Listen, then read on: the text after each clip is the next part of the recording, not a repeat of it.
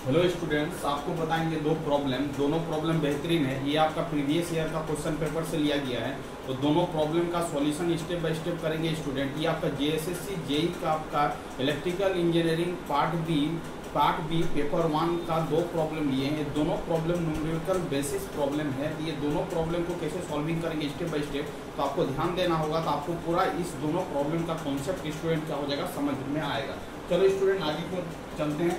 अब देखो यहाँ पर क्या बोल रहा है, what is the new resistance of a motor winding wire. It is old resistance wire is stretch to X time its original value. मतलब आपका क्या है स्टूडेंट, जो ओल्ड वायर है उसको हम लोग क्या कर रहे हैं, स्ट्रेचिंग कर रहे हैं। कितना टाइम्स कर रहे हैं, एक्स टाइम कर रहे हैं। अब देखो आगे की ओर चलते हैं, आगे का क्वेश्चन को हम लोग समझने का कोशिश करते हैं। चलो स्टूडेंट यहाँ पर ध्यान देते हैं। अब देखो एक आपका कंडक्टर मान लेते हैं, इस तरह का ये कंडक्टर है, ठीक है। ये आपका कंडक्टर है, ठीक है आपका। चलो ये कंडक्टर है। अब इस कंडक्टर का जो लेंथ है स्टूडेंट, वो आपका क्या है, एल है। वो आपका क्या है, एल। चलो एल है। अब देखो यहाँ पर इसका क्रॉस सेक्शनल एरिया क्या है, इसका क्रॉस सेक्शनल एरिया स्टूडेंट क्या है, A1 है, ठीक है। इसका लेंथ क्या है आपका, L1 है, ठीक है।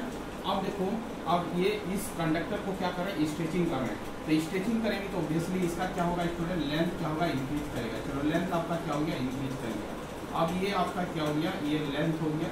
ये आपका क्या है, कंडक्टर है, इसको हम लोग क्या करें, स्ट्रेचिंग कर रहे हैं। तो ये आपका इसका लेंथ का जो इफेक्ट हुआ वो क्या हुआ, L2 हुआ। और ये आपका क्या हो गया, क्रॉस सेक्शनल एरिया हो गया। ये स्टूडेंट क्या हो गया आपका, ये आपका क्या हो गया, A2 हो गया। चलो अब देखो यहाँ पर यदि आपका ये कंडक्टर है, इसको स्ट्रेचिंग करेंगे तो ऑब्वियसली क्या होगा, इसका लेंथ बढ़ेगा। और जैसे इसका लेंथ बढ़ेगा तो इसका क्रॉस सेक्शनल एरिया क्या होगा, घटेगा। चलो ये कॉन्सेप्ट आपको आना चाहिए। ये आपका क्या है स्टूडेंट, केस नंबर क्या है आपका, केस नंबर 1 है। और ये आपका क्या है, केस नंबर क्या है, 2 है। ये दोनों चीज को आपको बारीकी से समझना है। चलो केस नंबर 2 है। अब देखो यहाँ पर आपको बता चुके हैं कि रेजिस्टेंस का जो फॉर्मूला होता है student, R1 is equal to क्या होता है बताओ तो, ρ1 L1 भाई क्या होगा बताओ तो, A1 होगा। इसको क्या मानेंगे, इक्वेशन 1 मानेंगे, ठीक है। इसका रेजिस्टेंस जो होगा स्टूडेंट वो आपका R2 होगा। ये आपका क्या होगा, ρ2 और क्या होगा आपका L2 बाई क्या होगा, A2 होगा। चलो इसको इक्वेशन क्या माने, 2 माने। यहाँ पर कोई दिक्कत वाली बात नहीं है। अब देखो स्टूडेंट, यदि इसी कंडक्टर को स्ट्रेचिंग करेंगे तो भले इसका लेंथ इंक्रीज कर रहा है, एरिया घट रहा है, बट यही कंडक्टर को हम लोग ने स्ट्रेचिंग कर रहे हैं। तो स्ट्रेचिंग करने के समय क्या होगा स्टूडेंट, दोनों केस में वॉल्यूम क्या होगा, सेम होगा। इसका मतलब है इसका वॉल्यूम यदि V1 है और इसका यदि वॉल्यूम आपका V2 है, तो आपका दोनों केस में आपका स्ट्रेचिंग केस में वॉल्यूम क्या होगा, सेम होगा। वॉल्यूम क्या होगा, सेम होगा। ये आपका क्या होगा, स्ट्रेच कर रहे हैं। और जब स्ट्रेच करेंगे तो वॉल्यूम आपका क्या होगा, सेम होगा। इसको याद रखना है। तो चलो स्टूडेंट, यदि इसका V1 है और इसका वॉल्यूम क्या V2 है, दोनों का वॉल्यूम क्या होगा, सेम होगा। कहीं यही मटेरियल को क्या करें, स्ट्रेचिंग करें, तो वॉल्यूम क्या होता है, तो वॉल्यूम होगा V1 होगा A1 गुना क्या होगा, A1 गुना क्या होगा, L1। और इसका वॉल्यूम क्या होगा, A2 गुना क्या होगा स्टूडेंट, L2 होगा। A2 गुना क्या होगा, L2 होगा। यहाँ से कुछ रिलेशन आ जाएगा, आपको याद रखना होगा। A1 बटा A2 इज इक्वल टू क्या हो जाएगा आपका, L2 बटा क्या हो जाएगा, L1। इसको आपको क्या करना है, याद रखना है। ये चीज यदि याद रहेगा तो आप इस प्रॉब्लम को इजीली वे क्या कर सकते हैं, हैंडल कर सकते हैं। अब देखो इक्वेशन, अब क्या करना है, अब करना क्या है, इक्वेशन 2 को भागा करना है इक्वेशन 1 से। वी गेट क्या होगा उस चीज को हम लोग देखेंगे। चलो तो यहाँ पर क्या है, आपका R2 है, डिवाइडिंग बाई क्या हो जाएगा, R1 हो जाएगा। यहाँ पर क्या हो जाएगा, ρ2 हो जाएगा। यहाँ पर क्या हो जाएगा, L2 हो जाएगा। यहाँ पर स्टूडेंट क्या हो जाएगा, A2 हो जाएगा। डिवाइडिंग बाई यहाँ पर क्या हो जाएगा, ρ1। यहाँ पर हो जाएगा L1 और यहाँ पर क्या हो जाएगा, A1 हो जाएगा। चलो इसको सॉल्व करेंगे तो R2 बाई क्या हो जाएगा आपका, R1 हो जाएगा। इसको सॉल्व करोगे तो ρ2 और क्या होगा, L2 और क्या हो जाएगा आपका A2। और यहाँ पर क्या हो जाएगा स्टूडेंट, A1। और यहाँ पर क्या हो जाएगा, ρ1 और यहाँ पर क्या हो जाएगा, L1। देखो ये भी मटेरियल सेम मटेरियल का है। इसी मटेरियल को क्या करें, स्ट्रेचिंग कर रहे हैं। इसका मतलब स्टूडेंट यहाँ पर आपका ρ1 और यहाँ पर जो ρ2 होगा वो आपका क्या होगा, दोनों केस में क्या होगा, बराबर होगा। क्योंकि मटेरियल को क्या करें, स्ट्रेचिंग करें तो मटेरियल आपका सेम है। रेजिस्टिविटी आपका टाइप्स ऑफ मटेरियल पर निर्भर करता है। इसका मतलब ρ1 इज इक्वल टू क्या हो जाएगा स्टूडेंट, ρ2 हो जाएगा। तो अब देखो ρ1 इज इक्वल टू ρ2 होगा तो ये वाला पोर्शन, ये वाला पोर्शन कैंसिल हो जाएगा। ये आपका हो जाएगा L2 बाई क्या हो जाएगा, L1 गुना क्या हो जाएगा स्टूडेंट, A1 बटा क्या हो जाएगा, A2 हो जाएगा। चलो आगे की ओर चलते हैं, आगे का कॉन्सेप्ट को देखते हैं। तो ये आपका क्या हो जाएगा L2 बटा क्या हो जाएगा L1, और यहाँ से देखो A1 बटा A2 इज इक्वल टू क्या है L2 बटा L1 है। इस A1 बटा A2 का वैल्यू हम पुट करेंगे तो यहाँ पर हो जाएगा आपका L2 बटा क्या हो जाएगा स्टूडेंट L1 हो जाएगा। इसका मतलब है यहाँ से कुछ रिलेशन आएगा R2 बटा R1 इज इक्वल टू हो जाएगा आपका R2 बटा R1 इज इक्वल टू क्या हो जाएगा L2 बटा क्या हो जाएगा L1 का क्या हो जाएगा स्टूडेंट होल स्क्वायर हो जाएगा। चलो यहाँ तक कोई दिक्कत वाली बात नहीं है, हम लोग क्या किए इसी को लिखे हैं, रिटर्न किए। अब देखो यहाँ पर चीजों को समझो। अब क्या करना है, अब क्या करना है, इस चीज को ये वाला चीज आपका हो गया, ये वाला चीज आपका क्या हो गया R2 बटा R1 इज इक्वल टू क्या हो गया L2 बटा L1 का क्या हो गया होल स्क्वायर हो गया। ये आपका क्या हुआ यहाँ से आया। चलो अब देखो चीजों को समझो, अब चीजों को समझो कि ये R2 बटा R1 is equal to L2 बटा L1 का क्या हो गया होल स्क्वायर हो गया। अब देखो यहाँ पर समझने का कोशिश करो कि ये ओल्ड रेजिस्टेंस है, ये आपका ओल्ड रेजिस्टेंस है। R1 जो है आपका क्या है ओल्ड रेजिस्टेंस है, क्या है ओल्ड रेजिस्टेंस है, ठीक है। और R2 आपका क्या है न्यू रेजिस्टेंस, क्या है न्यू रेजिस्टेंस, ठीक है।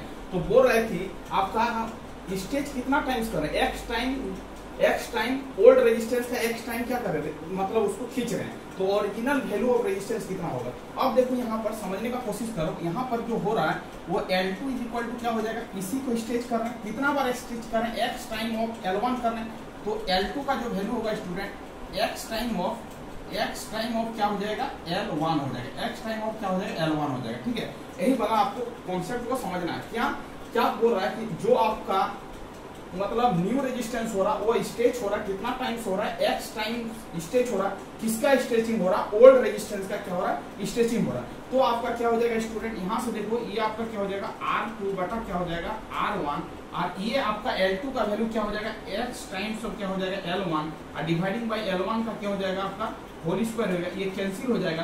तो आप यहाँ से सोल्व करोगे तो R2 इज इक्वल टू क्या हो जाएगा एक्स स्क्वायर और क्या हो जाएगा R1 हो जाएगा। चलो यहाँ तक आपको यहाँ तक पहुंचना है। अब देखो आपको क्या बोला है ओरिजिनल वैल्यू मतलब ये आपका ओरिजिनल वैल्यू हो गया। तो ओरिजिनल वैल्यू कितना टाइम्स हो रहा ओल्ड रेजिस्टेंस का, तो एक्स स्क्वायर टाइम्स क्या हो रहा R1 का हो रहा, और आपका R1 है। अब यदि हम लोग ओल्ड रेजिस्टेंस को R मानेंगे स्टूडेंट तो R2 इज इक्वल टू क्या हो जाएगा एक्स स्क्वायर इंटू क्या होगा R होगा। इसका मतलब है ये आपका हो जाएगा, ये आपका ओरिजिनल वैल्यू जो होगा वो x square time of the क्या हो जाएगा ओल्ड हो जाएगा, x square times of the क्या हो जाएगा ओल्ड हो जाएगा। ओल्ड का यदि वैल्यू R है यही वाला क्या हो जाएगा स्टूडेंट आंसर हो जाएगा एक्स स्क्वायर टाइम्स ऑफ क्या हो जाएगा एक्स स्क्वायर टाइम्स ऑफ क्या हो जाएगा R हो जाएगा, एक्स स्क्वायर टाइम्स ऑफ क्या हो जाएगा R हो जाएगा। तो ये आपका आंसर हो जाएगा। इस प्रॉब्लम को आपको क्या करना है याद रखना है। फिर से बता रहे हैं, फिर से ये बहुत बेहद इंपॉर्टेंट प्रॉब्लम है। एक आपका कंडक्टर है, ठीक है, ये आपका कंडक्टर है, इसका लेंथ L1 है, एरिया A1 है, इसका रेजिस्टिविटी क्या है ρ1 है,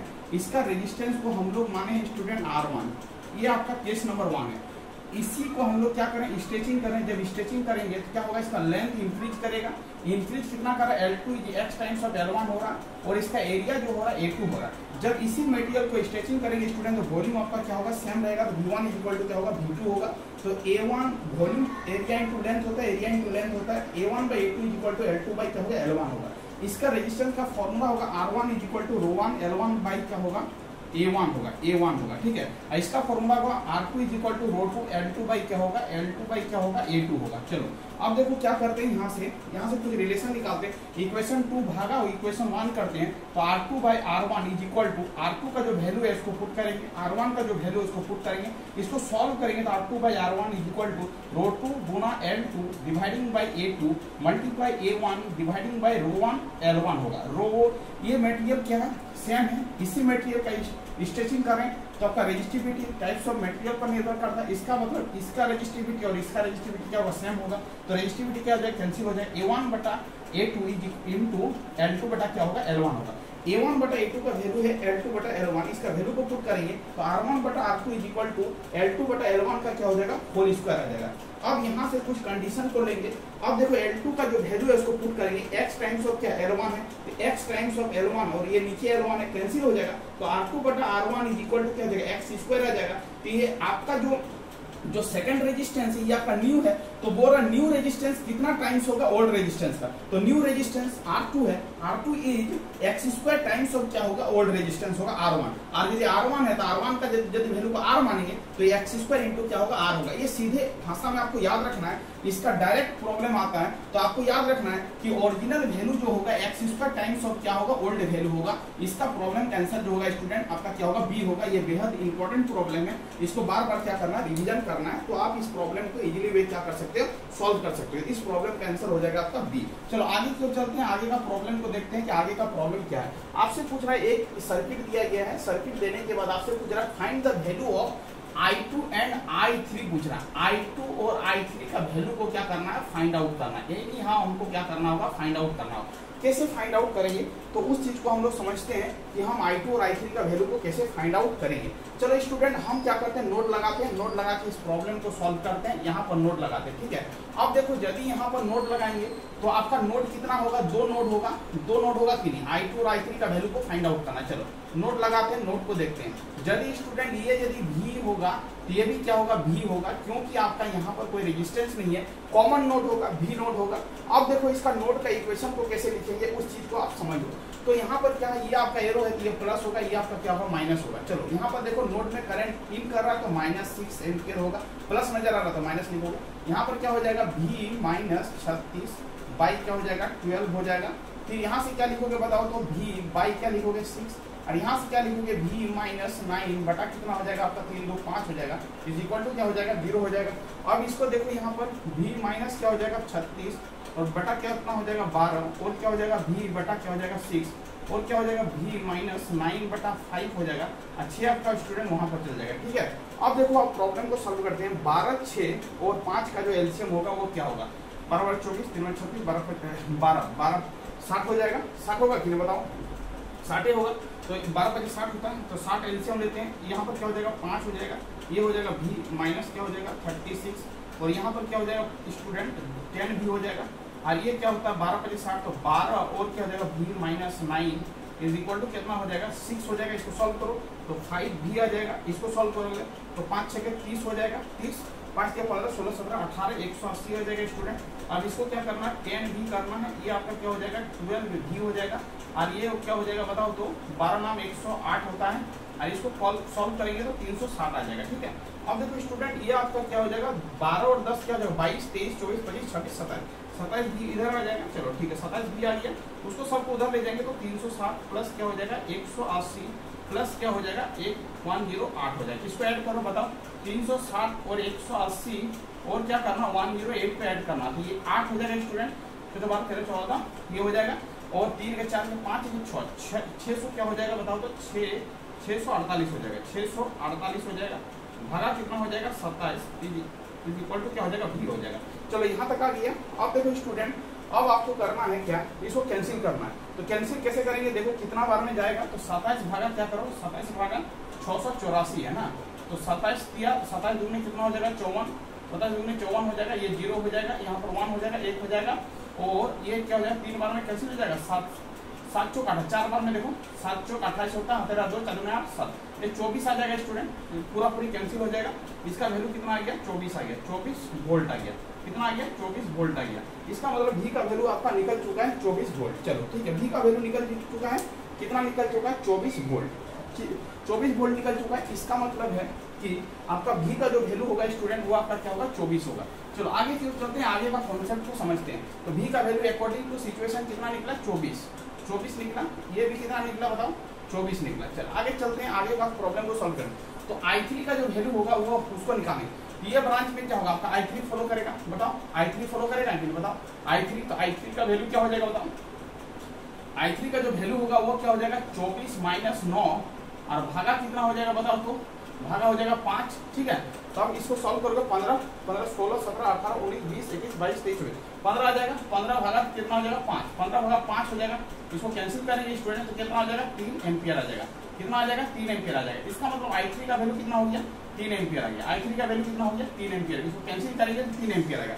इसका मतलब है I3 का वैल्यू आपका 3 एम्पियर होगा, तो इसका मतलब यहाँ पर भी 3 एम्पियर दिया गया है, यहाँ पर भी 3 एम्पियर दिया गया है। अब यही दोनों प्रॉब्लम में से दोनों ऑप्शन में से एक ऑप्शन होगा। चलो I3 का वैल्यू तो निकल चुका है। अब बताओ I2 का वैल्यू क्या होगा, I2 का वैल्यू कैसे निकालोगे इसको समझना बहुत जरूरी है। अब I2 का वैल्यू को कैसे निकालते हैं इस चीज को हम लोग समझते हैं कि I2 का वैल्यू को कैसे निकालेंगे, ठीक है।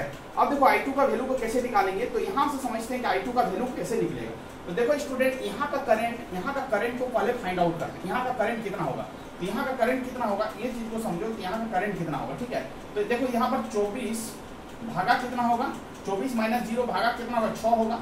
अब देखो ये करंट जो होगा वो आपका इस ब्रांच में I2 जा रहा और इस ब्रांच में क्या जा रहा, I3 जा रहा। तो इसका वैल्यू जो होगा वो I2 माइनस इसका होगा I3 का होगा, I2 माइनस I3 का होगा। चलो इसको कैंसिल करेंगे तो 4 चौके 24 आएगा, ये 4 होगा। अब देखो I2 और माइनस I3 का वैल्यू ऊपर से निकाले 3, तो 4 प्लस 3 इज इक्वल टू क्या हो जाएगा, I2 हो जाएगा। और I2 का वैल्यू यदि निकालना चाहेंगे तो I2 का वैल्यू कितना हो जाएगा, 7 एम्पियर आ जाएगा। I2 का वैल्यू कितना होगा, 7 एम्पियर आ जाएगा। इसका मतलब है I3 का वैल्यू 3 एम्पियर होगा और I2 का वैल्यू क्या होगा, 7 एम्पियर होगा। इसका मतलब प्रॉब्लम का आंसर क्या होगा, ये होगा।